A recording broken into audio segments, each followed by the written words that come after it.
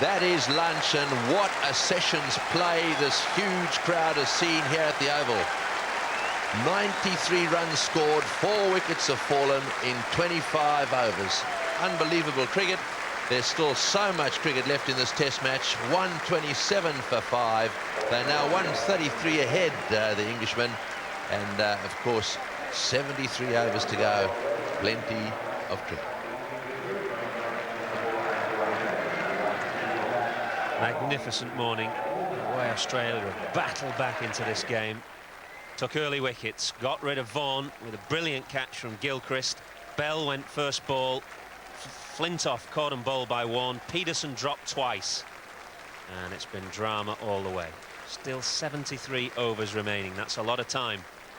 A lot of time for a decent run chase for Australia. The two main men, Shane Warne, Glenn McGrath, 5 wickets between them. But a disturbingly quick spell from Brett Lee just before lunch. 8 overs, 1 maiden, none for 29 for him. Situation, lunch on the final day of this series. England lead by 133. 5 wickets left in the shed. 73 overs remaining. Mark's in the studio for us. A startling morning's play, one that matched yesterday morning when England bowled out Australia in such a rush. Well, Australia have come at England today. We knew that they would attack and attack and attack. First, Michael Vaughan went, brilliantly caught. Gilchrist at his absolute athletic best, throwing himself away to his right side. Next ball, Ian Bell, comfortably taken by Shane Warne, and McGrath's probing line doing the trick again. Next ball, the hat-trick ball. Peterson fending off, but it was shoulder, not glove. And Billy Bowden got it dead right. Then Peterson survived a chance, a deflection off Gilchrist's gloves, and Hayden couldn't snaffle it. Then Peterson survived another chance. Shane Warne, of all people, shelling one at slip. Everybody holding onto their hands and their head and their heart.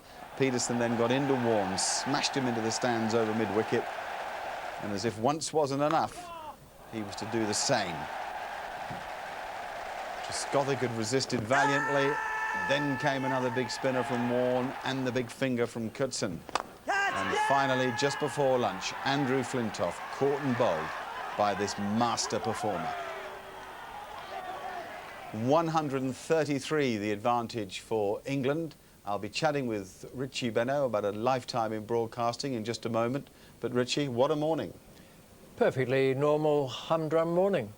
Just the same sort of thing as we've been having all the way through the series, which has been quite magnificent. That was superb out there. OK, we'll hear more from Richie in just a moment.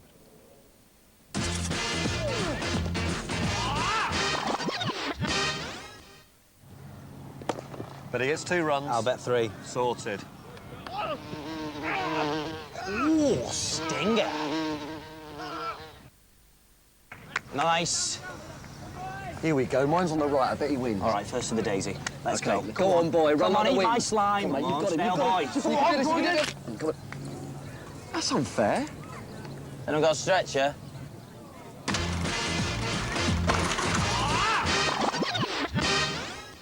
It was never going to be easy. England are 127 for 5. That's 133 ahead of the Australians at lunch, and still 2 sessions to go in another gripper of a test match here at the Oval. Richie Benaud is alongside me. We're going to natter generally about days gone by. Richie, first up, though you began broadcasting 42 years ago over here, it was actually as a player that you first had your eye on journalism. Way back in 1956, when Daphne, who was with BBC, went on the official television course for BBC. Later in that year, I had an unofficial course organised for me. We didn't realise this until 2 or 3 years ago. And I did one organised by Tom Sloan, the head of Light Entertainment, 3 weeks while everyone was in the flesh pots of Paris and all sorts of other places before we went to Pakistan and India. And I did this course 3 weeks, 11 a.m. until midnight, every day of the 3 weeks, to learn about television, because that was the year it started in Australia. And you'd done some work as a newspaper journalist, as a crime reporter. Well, it was that year also where Lindsay Clinch, the editor, said if I had a good tour in 1956, he'd think about giving me a transfer from the counting house to the editorial. I went back, saw in the morning after I got in there, and he put me on midnight police rounds that next night. And I was there for 4 or 5 years. Do you ever uncover anything worth the paragraphs in the paper? Yep. In those days, police rounds was always front page news plus poster, plus byline. So it's different now where times have changed and circumstances have changed, but that was what I worked on early on, and that taught me a great deal. And working under a police roundsman called Noel Bailey taught me a great deal about television and timing and how to encapsulate words into certain spaces. You come from a strong cricketing family. Your mother recently turned 100 and immediately sent for a tape at the Test match at Trent Bridge, didn't she? Yes, she did. And your dad was a school teacher and a cricket lover, Lou, and of course your brother John. Brother John played for Australia and made a century in his last Test match in Australia, and he was a national selector when the team for '89 was chosen to come over here, and that was where the Ashes were regained for the first time. And here they are being fought for again. And he's not still a national selector, but he was one of those who chose Alan Border's side to come over here then. And has your mum always kept an eye on your work? Yes, she has, and she's always had the thing that she gave to both of us, John and myself, just a little bit of advice. Do your best, but don't take yourself too seriously.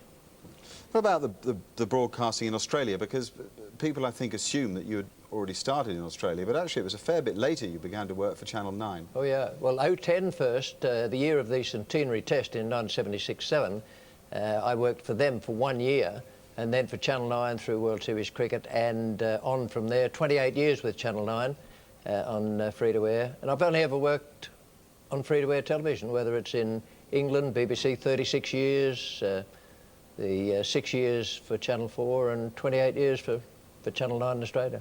World Series cricket was started by Kerry Packer, the owner of Channel 9, and was the great change in your time that brought cricket to a modern era. It looked at one stage as though there'd be no rapprochement between the two sides. Then World Series cricket started to be very successful, and it was Kerry Packer who started it, you're quite right. It was Kerry Packer who finished it as well, because he flew to Adelaide and had morning tea with Sir Donald Bradman, a secret meeting, and out of that came the rapprochement, and the two sides got together again. Players nowadays are much better off, and the game itself is quite different with cricket being played at night, even though some people say if God had wanted that, he'd have made cricket balls white, not red. You're a great fan of the game at night, aren't you? I am. Love it. Absolutely adore it. It's so exciting to be at the SCG commentating and perhaps just put your head outside and stand there and gather in the atmosphere. And, well, look what's done in India and Pakistan, night matches, excitement for the... Take it to the fans.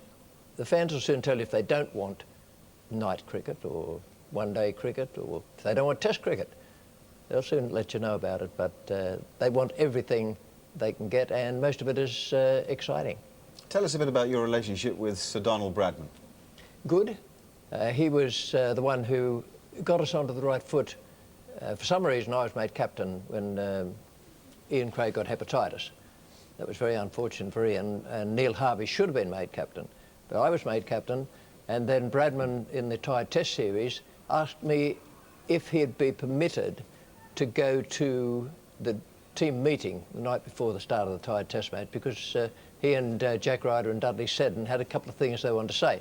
The shortened version of it was, look, all the way through this series we're going to choose players who we think are doing the right thing by the game. We'll look in kindly fashion on them.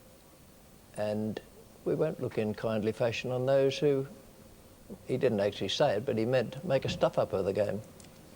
It was a quiet period. I wouldn't call it soporific, but the period in the 60s was a quiet period. Very quiet. A much more defensive game from the one that's played now. As you look at Test cricket today and then try the crystal ball thing of looking into its future, what do you see?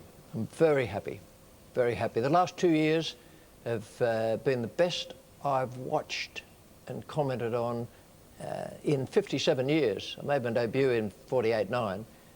57 years, and these last 2 years produce the best cricket I've ever watched. The most exciting, skillful, wonderful fielding, all sorts of good things.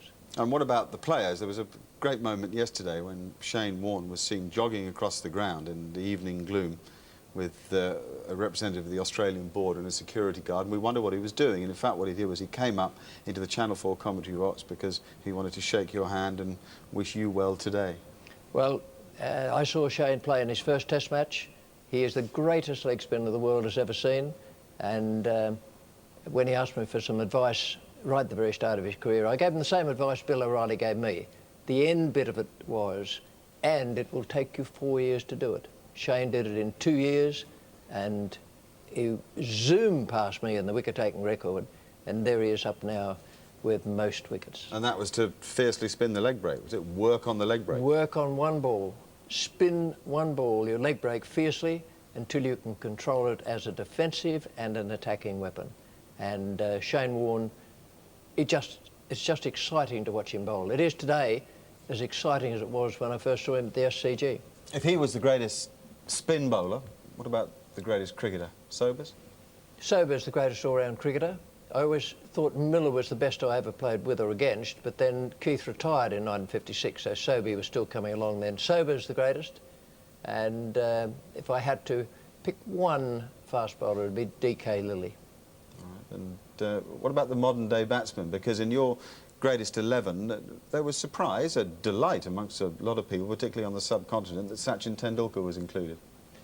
I think Tendulkar's a wonderful player. I suppose everyone always comes towards the end of their career. Shane Warne, we're just talking about him, he's 36 now. You've got shoulder problems and your spinning finger problems. Tendulkar's got housemaid's elbow. I don't know how that had happened. I would think that he's got plenty of people to polish the floors for him. But there are all sorts of things that can happen to you in your career, and the team I chose was really the one I wanted to represent me. I was never saying it was the greatest side ever, because there are 400 or 500 alternatives, including the ones sent by disgruntled from Tunbridge Wells, wanting both Godfrey Evans and Alan Knott in the side. You look back over various players, but you've worked in this business with some people who've become close friends. One who's passed away that elder viewers will remember well, Peter West. Peter West was one of the greats, and in 1960, when I came over to work for BBC on radio, Peter West and Brian Johnston were doing radio. They were also doing television, and it was very instructive for me to be in the position of being allowed to be interviewed by them. I was Australian captain at the time. This is very unusual for BBC to bring over a foreigner, so to speak, or a colonial. And I was able to talk to them, and I learned a bit about television then, but I certainly learned about being organised and doing the right thing by the game, if possible, through the media.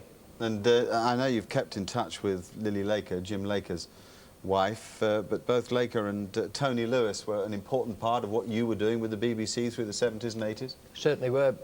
Peter Dimmock and Brian Cowgill reorganised the rostering of the television schedules, and I worked with Jim Laker for a long time. Had a letter from Lily just yesterday, as a matter of fact, which we've already answered, and they were a great couple, and it was wonderful to work with Jim. Ted Dexter was on as a summariser with me in those days when the rostering changed. So I've seen most of it happen and enjoyed all of it. We've got a graphic to put up here that almost defies belief, because while you've been on the television in England over 42 years, you've covered 235 test matches, during which time there have been 235,344 runs scored, 7,198 wickets taken. England have won 85 tests, lost 69, drawn 80, and there's one still going. Now, what's happening in that one? Because this is now a absolute rip-snorter of a game, isn't it? Well, don't forget that although England a little bit behind the 8 ball now, and Australia on top because of Warne and the way the wickets have fallen, England could still win this game. Richie, thank you. I know that you're going to say goodbye to us with the microphone in hand on a later commentary stint, and also we'll have a chat in part 2. We're setting up the afternoon. Great to chat with you, great to work with you. There's more to come. In the meantime, we're going to set cricket to some music. It's been a classic series, so here's some classical music, and amidst all the excitement, perhaps it'll just soothe you a little.